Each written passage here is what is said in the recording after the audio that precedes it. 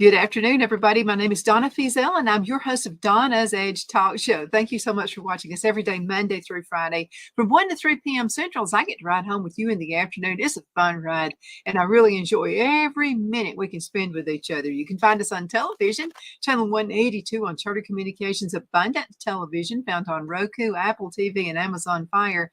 And don't forget the podcast, thenewscasters.com. You can find us on the radio, icradio.media. And again, it's always good to be with you. By the way, if you have any suggestions, you're the boss of us around here on IC Radio and Donna's Edge.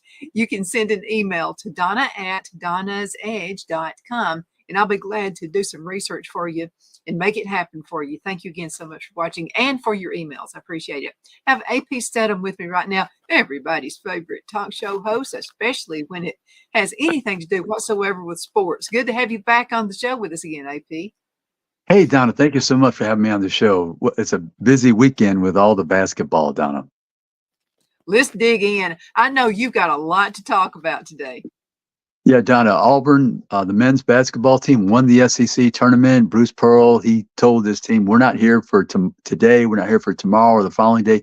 We're here to win these 3 games in a row to capture the SEC tournament.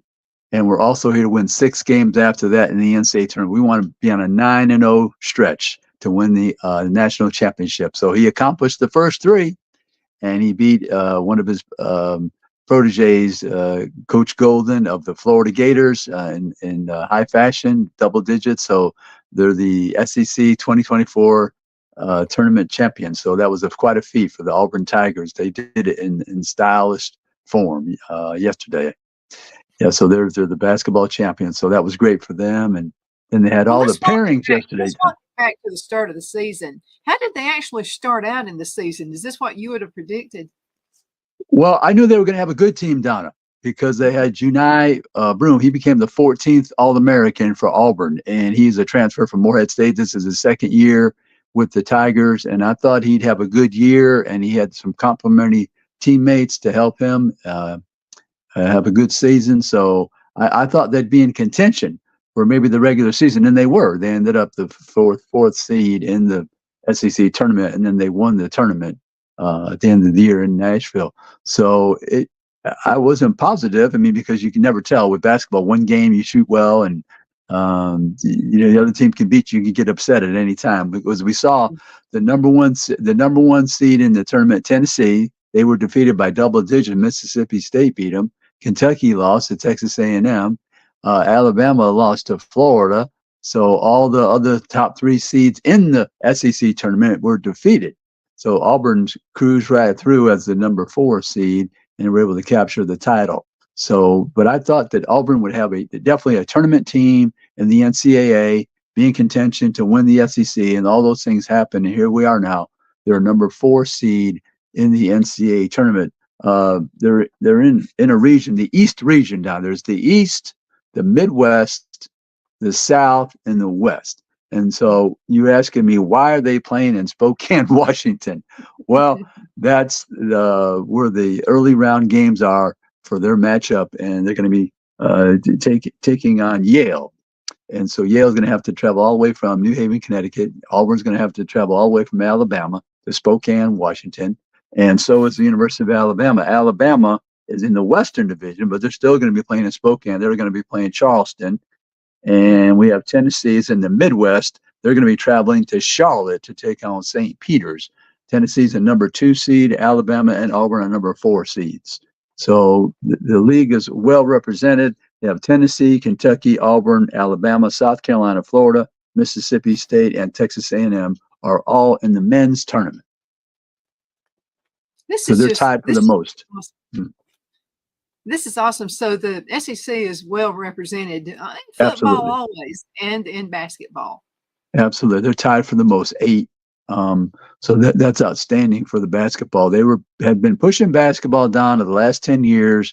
They've got top level coaches, better recruiting, and they worked on their scheduling to make sure that it all was geared towards playing a tough schedule and competing, and that's always taken into consideration, the non-conference schedule by the committee. It's very important that you challenge yourself. So all Yeah. those combinations of things led them to have the 8 teams in the NCAA tournament this year, 2024.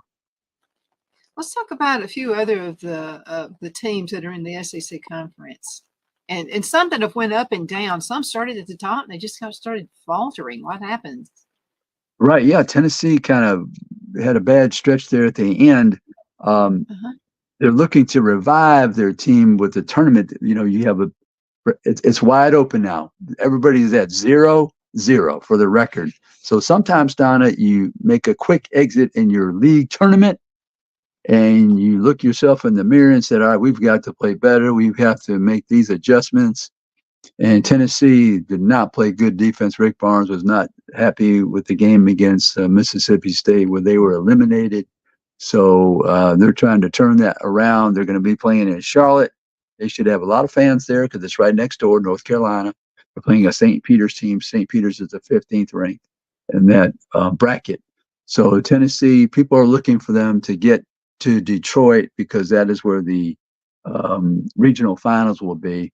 And the top team in that region is Purdue. So people are thinking that maybe Tennessee, they're going to regroup and have a good stretch here. And down I always tell people about the NCAA basketball tournament. If you divide it, it's really win 2 games for 3 straight weeks, 2, 2, and 2. That's 6 games, and you're the champion, national champion.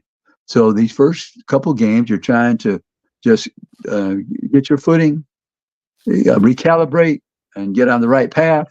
And Tennessee has a good chance, and they have a good seed at number 2. They're playing in Charlotte, close by. Their fans can enjoy it. And if they get to Detroit, that's not too far as well from Knoxville in Tennessee, the state of Tennessee. So Tennessee, people are really watching them down because they were given a high seed, number two in that region. Yeah, and Charlotte's a good place too. You can so many things. You can go to the NASCAR place. They have this. Yeah. It's really awesome. I took Phil there a few times for Father's Day, and Phil loved it because you have this simulator. You're in a car. I mean, I'm going to tell you, this is the best simulator ever. It's exactly you're going to feel like you're in the race car driving the rounds. You know, I mean, it's just a lot of fun things to do in Charlotte. Also, that would be fun. Yeah, it'd be a lot of fun to do those things. Sure would. Now let's go ahead. No, I was going to say Kentucky. People always concerned about Kentucky in the SEC. In Kentucky, they're number 3 in the South region. They're going to be playing Oakland, and in the 14th team, and that's in Pittsburgh. So John Calipari, if I remember correctly, the head coach of Kentucky, he's from around the Pittsburgh area. So we'll have a lot of fans there because Kentucky travels well. They travel probably as good as any team in America for their men's basketball team. So yeah, Kentucky's be there, and South Carolina will be in Pittsburgh as well. They're going to play Oregon. They're the number 6 seed in the Midwest, the same as Tennessee, and they're going to be playing number 11 Oregon. Florida, number 7 seed in the South. They're going to be playing either Boise State or Colorado in Indianapolis. Mississippi State is an 8 seed. They're in the West region, like Alabama, and they'll be playing Michigan State. That's a pretty tough draw. That game will be in Charlotte. And Texas A&M will play Nebraska. Texas A&M is number 9 seed, play Nebraska, number 8. They're in the South region, like Kentucky, and that game will be in Memphis. So those are the 8 teams and their locations for their first round game. So SEC has as good a chance as anybody. I'm hoping that one team will make it through to the Final Four, which is held in Glendale, Arizona, which is in the greater Phoenix area. Now, what would Auburn have to do to mess up, not to make it to the top? Yeah, they're in a tough bracket now. They have to beat, as I say, Yale to start off the tournament, and that's in Spokane, Washington. And then Auburn eventually will have to play. If they get out of the first weekend, they'll play in Boston. So they're going to be traveling to the West Coast, Spokane. Then the next weekend, if they win those 2 games, they're going to have to fly all the way to Boston. And in all likelihood, they're going to have to play the number 1 seed in the entire tournament, which is UConn, University of Connecticut. So, and that'll be, their fans are right there. So they have a very difficult assignment. But you can't worry about the next weekend, Don. You have to worry about this weekend beating Yale, and then the following opponent. They've got to take care of business on that side to win the ball game. Well, what makes Yeah. Yale a strong team? Yeah, they have a good coach.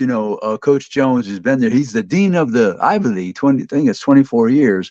So, and another interesting fact down that second game, if they defeat Yale, smart team. They shoot well. They're not as athletic as anybody in the SEC, but they play together well. The second game, Donna, is San Diego State versus UAB. University of Alabama, Birmingham. So Auburn, possibility, but UAB would have to upset San Diego State. San Diego State is a 5 seed. UAB is a 12 seed. They could possibly be playing UAB in Spokane, Washington. That would be interesting, right? Two teams from Alabama playing in Spokane. But San Diego State, Donna, let's remember, they played in the championship game last year in the Final Four. They have an excellent program. So you can't dismiss them. Like I said, that first weekend, you have to beat Yale, then you have to beat the winner of that San Diego State University versus UAB in the second game in Spokane, and then you'll be flying to the East Coast. But Auburn better be ready, because basketball, Don, as we always tell you, we preface our remarks, ball in the basket. You must get that ball in the basket, Donna, because defense is great, rebounding is great, playing together, having assists, it's complementary with basketball, but you must shoot the ball well and make your free throws. Low on turnovers too. Yeah, low on turnovers. And that's a lot of traveling they're going to have to do. And, it can wear your body down traveling like that. Yes, you can. That's a concern. So I'm not sure when Auburn's leaving for Spokane, but I'm thinking Bruce Pearl, Donna. By the way, Donna, he was on our show last week. Bruce Pearl was our guest on AP and Kelly As We See It on IC Radio, 4 p.m. Fridays. And so he was a lot of fun to discuss basketball and his team. So it was fun to have him. But I'm thinking maybe he travels up there on probably Tuesday or Wednesday, I'm thinking, to get situated. Their game is Friday. So they want to get up there and get acclimated to anything, all the surroundings. I'm sure they're going to get there as early as they can. It's permissible. And different weather conditions, different everything can affect you. I mean, right. The air, the altitude, the air. I'm not as familiar with Spokane. I mean, place like Salt Lake City or Denver, if you're playing. And I know there's one of the sites is in Salt Lake City, I believe. But you have to get out to that West Coast and get acclimated to that altitude and that air for sure. Even though the game's inside, it affects you.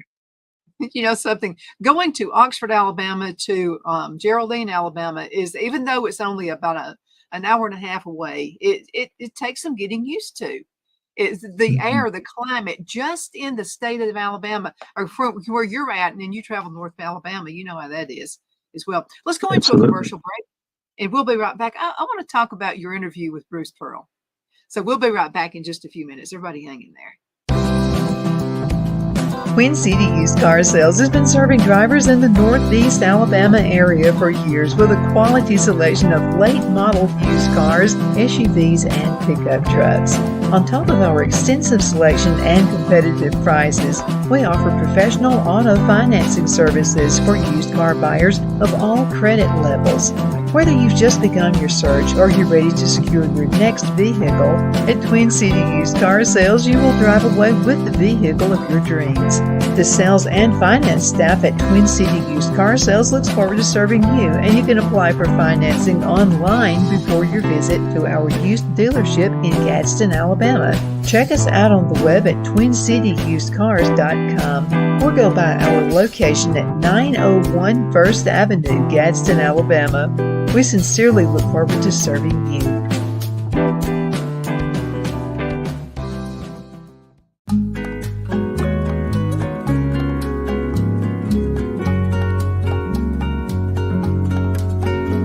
At Lamone's Mexican Restaurant, located in Henniger, Alabama, and voted Best Mexican Restaurant of DeKalb County, Alabama 2020, we're here to serve you with authentic Mexican cuisine. Order easily online by going to lamonsmex.com or call 256-657-3999 to place your order.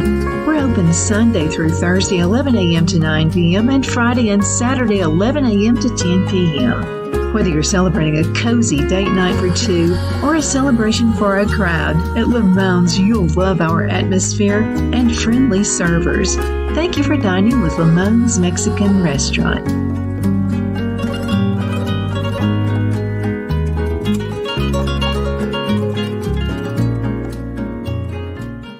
Jeff McCurdy of the McCurdy Law Firm has been a public service of this area for over 10 years. McCurdy, a member of the Henniger City Council, serves as prosecutor for the town of Sylvania and was named public defender for the city of Rainsville. The McCurdy Law Firm is located at 17326 Alabama Highway 75 in Henniger to better represent his Jackson and DeKalb County clients. If you need to be represented by a true public servant with proven success, call Jeff at 256-996-8701 or send a private email to mccurdylawfirm@gmail.com. No representation is made that the legal services performed is greater than the legal services performed by other lawyers.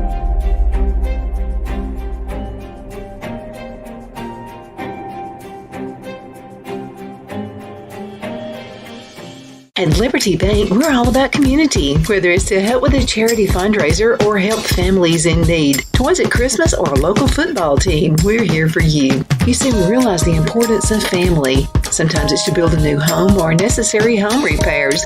We're here for you. If you like the feel of a small town bank with all the conveniences of a big city bank, we're here to serve you. You will find us at any of our convenient locations in DeKalb, Marshall, Etowah, and Blount counties in North Alabama. You can call and speak with any of our friendly staff at 256-659-2175 or check us out on the web at libertybankal.com. And thank you for your support of our community. Member FDIC Equal Housing Lender.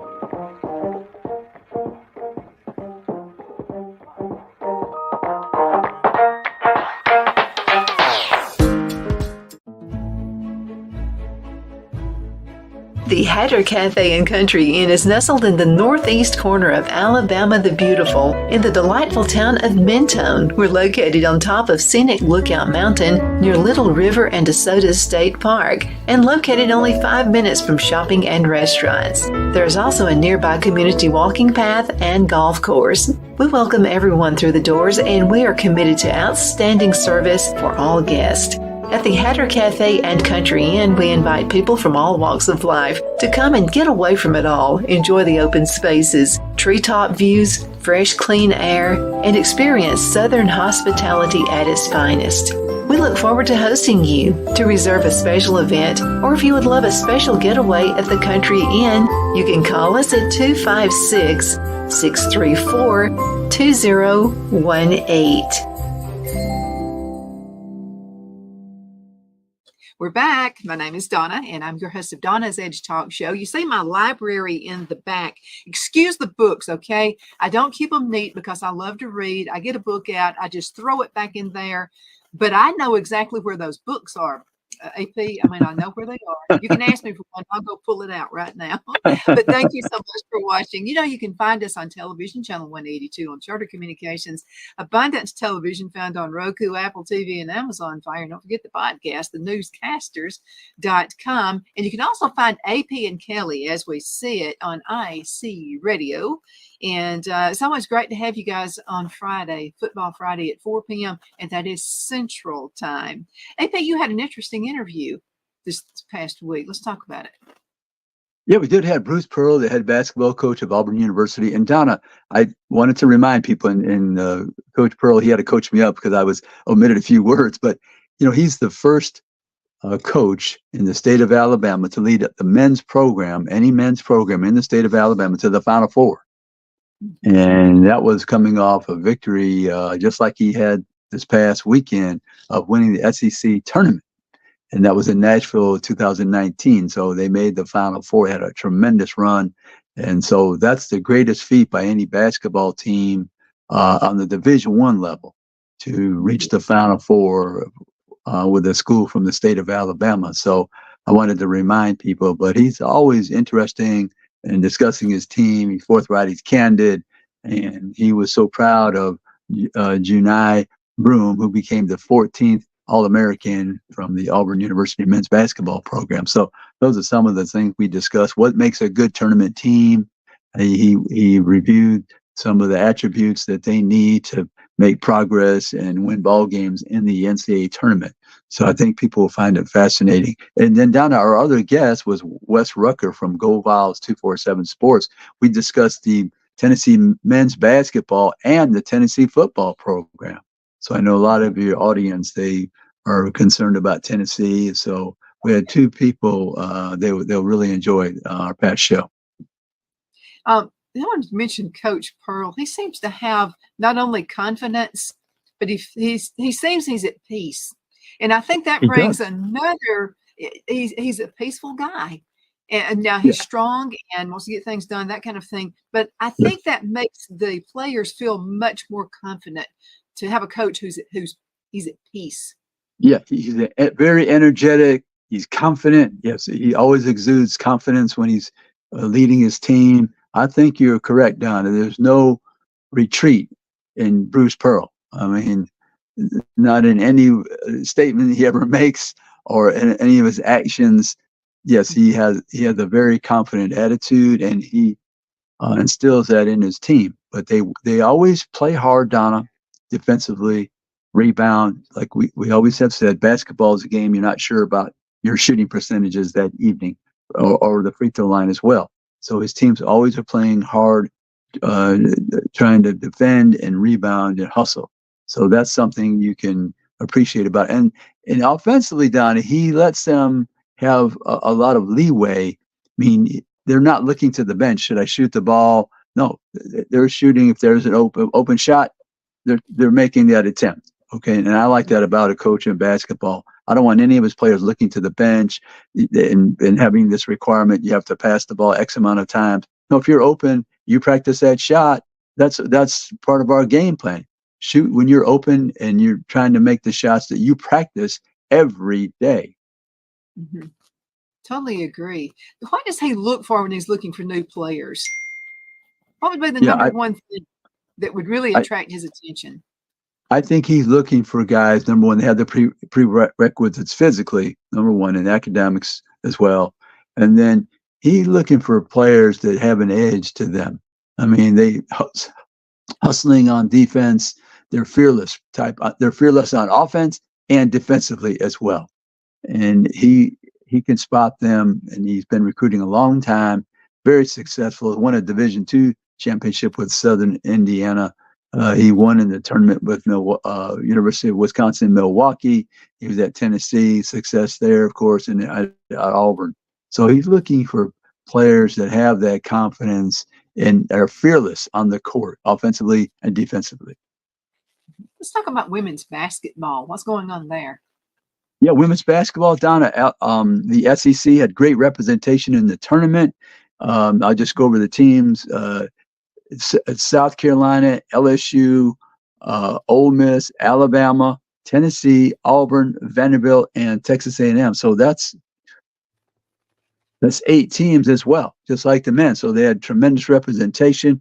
The sites for let's go. Alabama is in. Donna, there's an interesting thing about women's basketball. For the region, they have only two sites. It's Albany, New York, and Portland, Oregon. But Albany is divided into what they call A1 and then A2. And then Portland is P3, P4. So it's different from the men. The men have the 4 regionals across the country. But let's go over some of the pairings. Alabama will travel to Austin, Texas as the number 8 seed in the P4. Portland 4 to play Florida State, the number 9 seed. That's in Austin, Texas.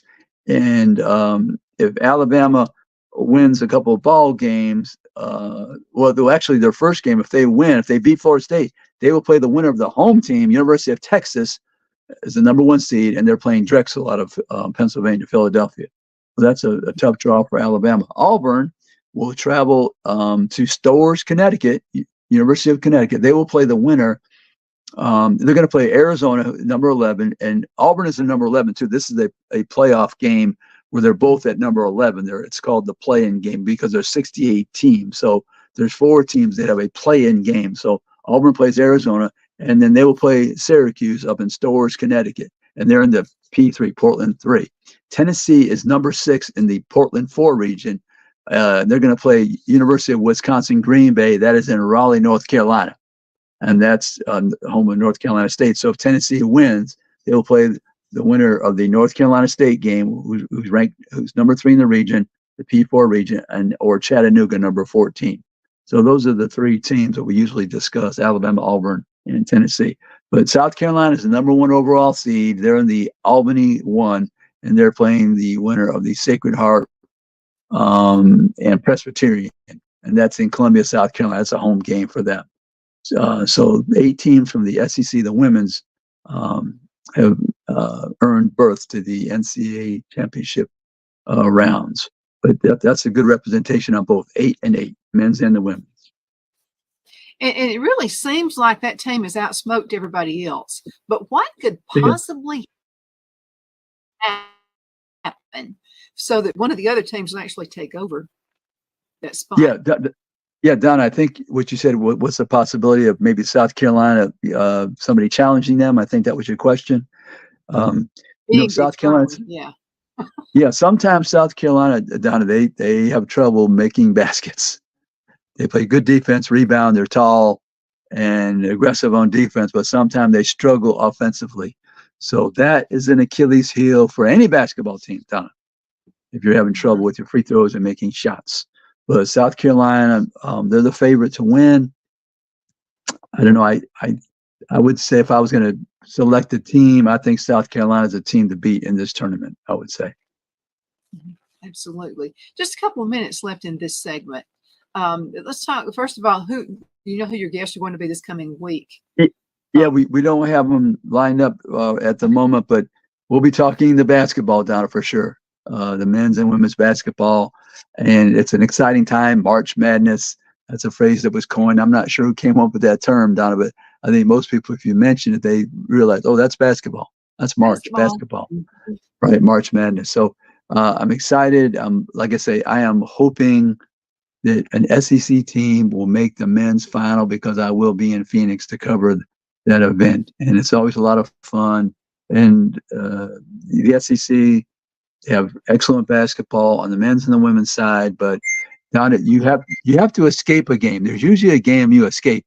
Maybe you don't shoot well. The other team is super hot, and maybe they're not as talented as you, but they're making it very difficult because they're making all their shots, making quite a few of their high percentage of shots. So in basketball, Donna, you're probably going to have to escape a game, maybe two. It gets tight. And in the end, Donna, when you're playing those last 4 or 5 minutes, are you making free throws? Are you making the right play offensively? Are you having stops when you need them to gain more possessions and score points? So those are all crucial. And then you need good guard play down. They have the ball in their hands, like the quarterback. The ball is in their hands. Low on turnovers, throwing it to the right people, getting it inside, getting it to your shooters on the perimeter. Calling the right plays and reacting to the defense of the other team.